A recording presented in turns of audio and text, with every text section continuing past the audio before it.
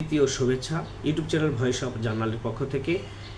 YouTube channel Voice of জার্নালকে subscribe করুন, like করুন, শেয়ার করুন, কমেন্টস করে পাশে থাকুন।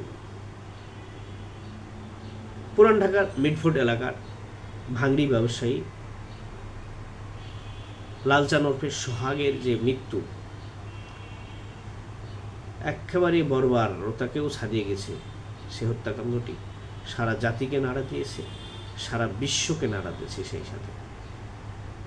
তবে এই এই কারণেই সারা দেশে উত্তাল আন্দোলন হচ্ছে, বিচারের দাবি করছে বিভিন্ন রাজনৈতিক দলগুলো। তবে এর শেষ কোথায়? এর দায় কার?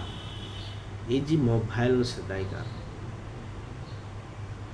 এই দায় কার নিতে হবে? এটা কিন্তু এখন সময়ের দাবি।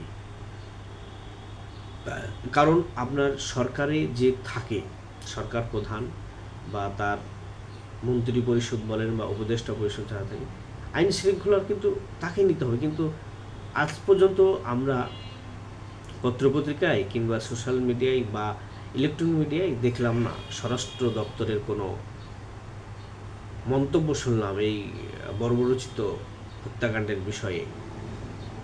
তাহলে আমরা কি বুঝতেছি যে এই এরকম হত্যাকাণ্ড হলে কিছুই হবে না। কারণ আপনি যে সরকার আসার পরে মব ভায়োলেন্স যে বন্ধ করতে পারলেন না, সে কারণেই ঘটনাগুলো ঘটছে। যদি আপনি টাইটলি হ্যান্ডেল করতেন তাহলে কিন্তু এইসব ঘটনা ঘটতো না।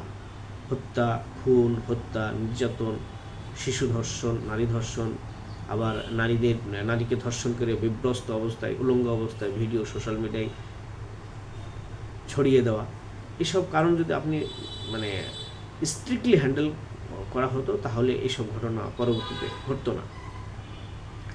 আইন শৃঙ্খলা পরিস্থিতির চরম অবনতি, যে যাই বলুন। আর এই চরম অবনতির কারণেই এসব ঘটনা ঘটছে।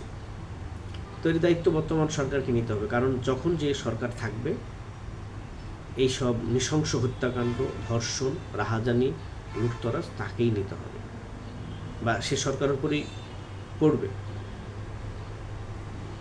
এখন এইসব ঘটনাগুলো নিয়ে সরকারের ব্যাখ্যা খুব জরুরি। তবে একজন দিয়েছেন, আইন উপদেষ্টা বলছেন দ্রুত বিচার করা হবে ট্রাইব্যুনালে, ট্রাইব্যুনালে বিচার করা। বিচারটাই তো শেষ কথা না। আপনাকে এই মামলা এগুলো বন্ধ করতে হবে। নিরীহ নিরাপদ মানুষের কে মেরে ফেলে এই কোনো সরকার টিকবে না, আপনারাও টিকবেন না। অতএব এগুলোকে বন্ধ করুন, বন্ধ করে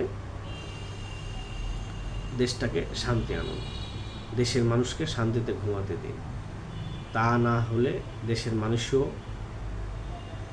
একেবারে স্ফুলিঙ্গের মতো একেবারে দাঁড়াবে কিন্তু আপনাদের বিরুদ্ধে। এখন কোনো জায়গাতেই শান্তি নেই। কোনো ব্যবসায়িক বলতে পারবে না, কোনো শিক্ষা প্রতিষ্ঠানের প্রধান বা শিক্ষক বলেন, তারপরে সাধারণ মানুষ, সকল শ্রেণী পেশার মানুষ আজকে অধিষ্ঠিত হয়ে গেছে আইন শৃঙ্খলার চরম অবনতির কারণে। কেউ কোথাও নিরাপদ না।